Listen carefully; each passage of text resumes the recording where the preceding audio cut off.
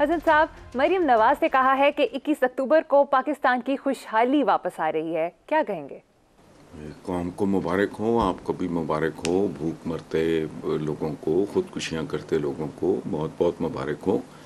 इसका मतलब है कि इनके ज़मीर जाग गए हैं और वो सारी खुशहाली जो ये लूट वगैरह मार करके लूट खसूट करके ले गए थे, वो सब वापस ला रहे हैं।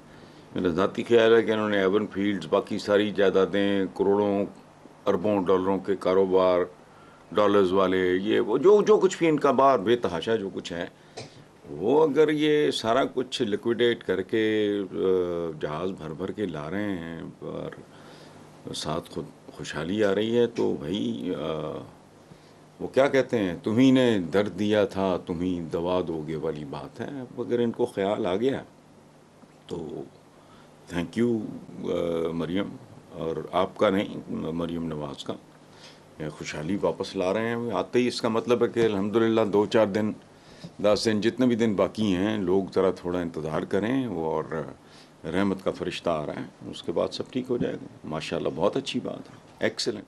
वैसे हसन साहब, कुछ अखबारी रिपोर्ट्स और तज्जिया निगारों की राय के मुताबिक नवाज शरीफ के इस्तकबाल की तैयारियों के सिलसिले में शहबाज शरीफ और मरियम नवाज अभी तक अवामी तवज्जो हासिल नहीं कर सके।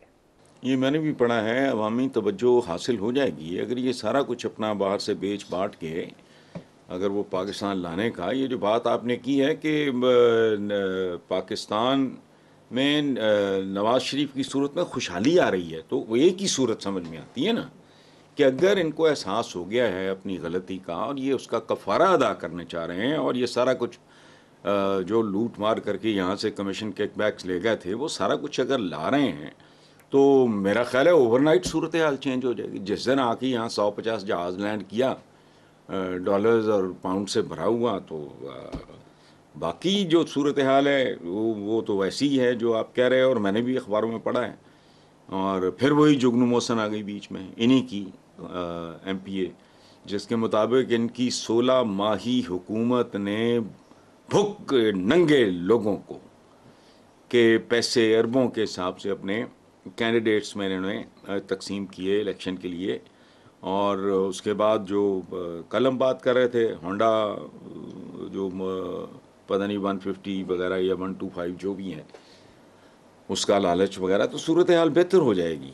और नून लीग के सपोर्टर्स को भी मैं मुबारकबाद देता हूँ कि उनके लीडर्स के ज़मीर जाग गए हैं और पाकिस्तान की खुशहाली वापस आ रही है और ख़ुद इनकी भी तरक्की हो गई है। यानी ये कीमे वाले नानों पे से बात आगे निकल के अब होंडा 125, इसका मतलब है कि ये खुशहाली का दीबाचा है, किताब आ जाएगी और 21 अक्टूबर या जो कोई भी डेट है तो ठीक है, मोस्ट वेलकम, बहुत अच्छी बात है। पाकिस्तान एक फैसला कुन मोड़ पे आ गया है। अब खुशहाली का मोड़ जिस दिन जहाज़ लैंड करेगा ना, पीछे पीछे जो 25, 30, 10, 20 जितने भी होंगे, मुझे तो अंदाज़ा नहीं है, जितने भी जहाज़ डॉलर्स और पाउंड से भरे हुए होंगे या गोल्ड वगैरह से, ये तो जाहिर है पाकिस्तान की तो लॉटरी निकल आई है अल्हम्दुलिल्लाह। कर्जे वर्जे मुंह पे मारेंगे, फिर उनको ज़रूरत ही नहीं है कैंपेन की।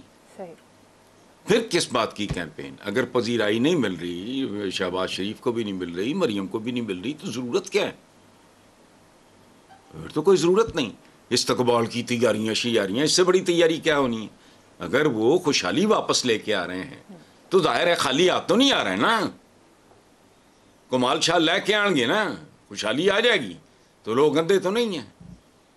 खुशहाली भी, भूख भी महसूस होती है, इसी तरह एफ्लुएंस जो है, खुशहाली जो है, तमोबल जो है, वो भी आदमी फ़ौरन महसूस कर लेता है। तो ठीक है, कोई ज़रूरत नहीं, अगर इनको घास नहीं पड़ रही, घास ही घास हो जाएगी। चलें। लेकिन हसन साहब, साबिक गवर्नर पंजाब लतीफ़ खोसा साहब ने दावा किया है कि नवाज शरीफ वापस नहीं आएंगे, एंड टाइम पर उनके प्लेटलेट्स गिर जाएंगे। यार, ये लतीफ़ खोसा साहब मज़े की बातें करते हैं, अच्छे कानूनदान हैं, पीपल्स पार्टी के पुराने लॉयलिस्ट हैं, लेकिन मेरी दुआ है कि उनकी दुआ कबूल ना हो। आ लेने दें नवाज शरीफ को, और ख़ास तौर पे इस दावे के बाद, मरियम नवाज के इस दावे के बाद कि अब्बा जी वापस आ रहे हैं, खुशहाली आ रही है, तो मैं तो उसको एक ही तरीके से इंटरप्रेट कर सकता हूँ ना, कि वो जो कुछ उन्होंने आज तक किया कराया था वो रिवर्स कर दिया है।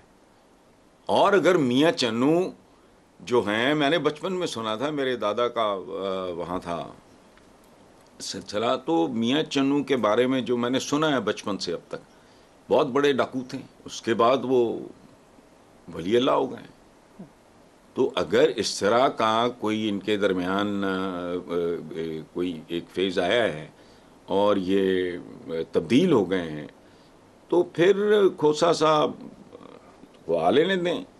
अदरवाइज मेरा ज़ाती ख्याल ये है कि अगर ये पुराने वाले नवाज शरीफ हैं तो वो आएँ, ताकि रहा साहब भरम हमेशा हमेशा के लिए पाश पाश हो जाए।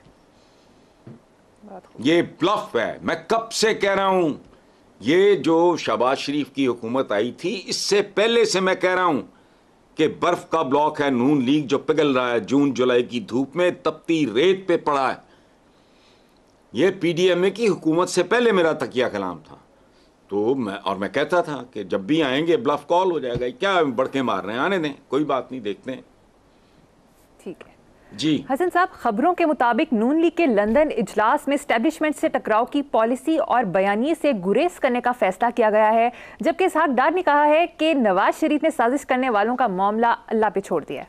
अल्लाह पे छोड़ देना ही बेहतर होता है, वरना ये तारीख से भी वाकिफ़ हैं, उसका एक छोटा सा मामूली सा हकीर सा हिस्सा भी रहे हैं इस मुल्क की बदनसीब तारीख का। तो बस ठीक है, वही मैंने कहा था, टिपिकल ग्वाल मंडी एक अप्रोच है उसका, यरकाओ वरना आप यरक जाओ। तो ये अल्लाह पे मामला छोड़ दिया, ये वो सारे ये बहल छोड़ें। और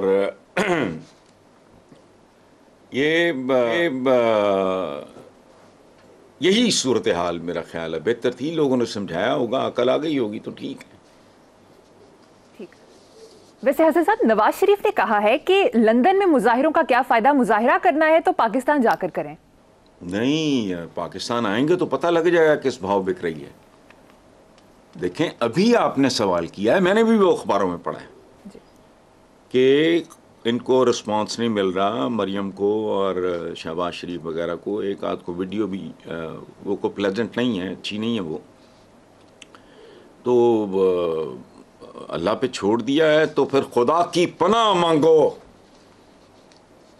मैं हैरान होता हूं, हम बहसियत कौम अजीब लोग हैं।